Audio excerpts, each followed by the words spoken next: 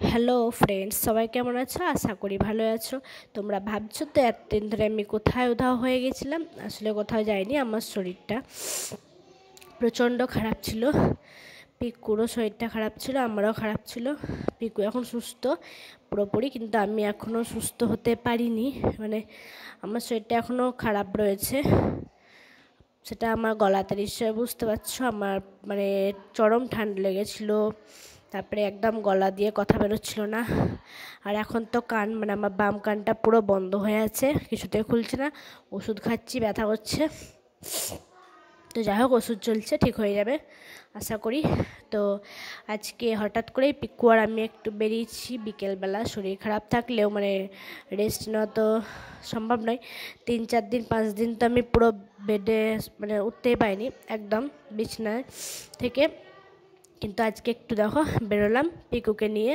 আসলে একটা জিনিস আমার কেনার আছে, তার জন্য আমি এখন আমাদের গ্রামেই যাচ্ছি একটা সোনার দোকানে। সেখানে পিকুর জন্য একটা জিনিস দেখতে যাচ্ছি। আসলে পিকুর জন্য মা বলেছে যে পিকুকে রাখিতে দেবে, তার জন্য একটা রিস্টলেট কিনবো।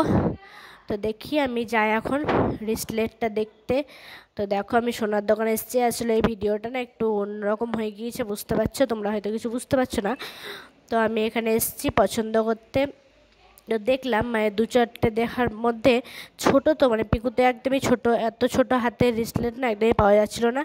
একটা ছিল বড়, ডিজাইনটা বেশ ভালো, কিন্তু সেটা আমার হাতের মাপের হয়ে যাচ্ছিলো। তা আমার হাতের মাপের নিয়ে এখন কী করবো? এখন তো পিকুর ছোট লাগবে, তার জন্য আমি ছোট দেখছি। বললাম যে এখনই মানে একটা রেডি করা আছে, জাস্ট মানে নখটা লাগানো নেই, তো ওটা বললাম লাগিয়ে দিতে। তাই দেখো এখন আমি দেখছি, অন্য আরও দেখাচ্ছে, দেখতে পাচ্ছ।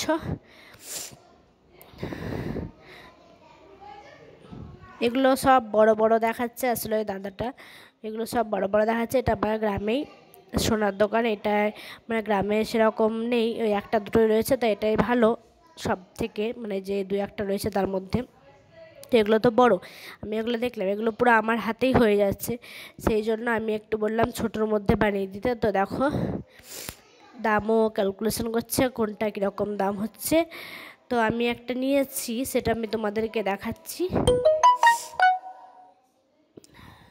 আসলে দিভাই বলল যে পিকুকে কি দেওয়া যায় রাখিতে, জামা প্যান্ট তো অনেক রয়েছে। তো আমি বললাম ঠিক আছে, তুমি তাহলে একটা রিস্টলেট দিয়ে দাও, কারণ এমনিতে ওর মানে হাতের বালা যেটা অন্নপ্রাশনে দিভাইরা মানে আমার বাবা মা দিয়েছিল, সমস্ত কিছু তো দিয়েছিল। তো বালাটা মানে 1 বছর পরার পরে, সেটা জন্মদিনে আমার মেশো একটা বালা দিয়েছিল, সেটা এখন পড়ে রয়েছে। আর দেখো এটা হচ্ছে পিকুর নতুন ড্রেস, যেটা আমি বানিয়েছি। এই ড্রেসটা কেমন লাগছে তোমাদের বলো দেখি।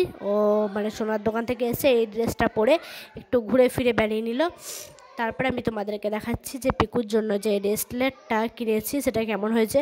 তো ওর হাতের বালাটা দেখতে পাচ্ছ এখন যেটা পরে আছে, সেটা হচ্ছে আমার মেশো পিকুর জন্মদিনে ওকে দিয়েছিল। তো সেটা এখন পড়ুক, কিন্তু বালা আর কদিন পড়বে। আমি ভাবছিলাম বালা কিনবো, তো ভাবলাম যে বালা আর কদিন পড়বে, ওই 2-3 বছর বয়স অবধি পড়বে। তো রিসলেটটা থাকলেও বড় অবধি পড়তে পারবে। তো দেখো আমি রিসলেটটা তোমাদেরকে দেখিয়ে দিচ্ছি, যেটা পিকুর দি ভাই পিকুকে রাখিতে দেবে, সেটাই। দেখো দেখো খুলছে। তোমাদের কেমন লাগলো একটু জানিও। আসলে পিকুর তো একদমই ছোট, তো ওর হাতের মাপের মোটামুটি 4 ইঞ্চি, হ্যাঁ 4 ইঞ্চি মাপের এটা বানিয়ে দিল। ওই মুখের নখটা লাগানো ছিল না, তো সেটাই লাগিয়ে দিল 4 ইঞ্চি মাপ করে। দেখো নর্মালের মধ্যে। আর বললাম যে ঠিক আছে, একটু বড় হলে তখন ভালো করে একটা ডিজাইনওয়ালা বানিয়ে নেব।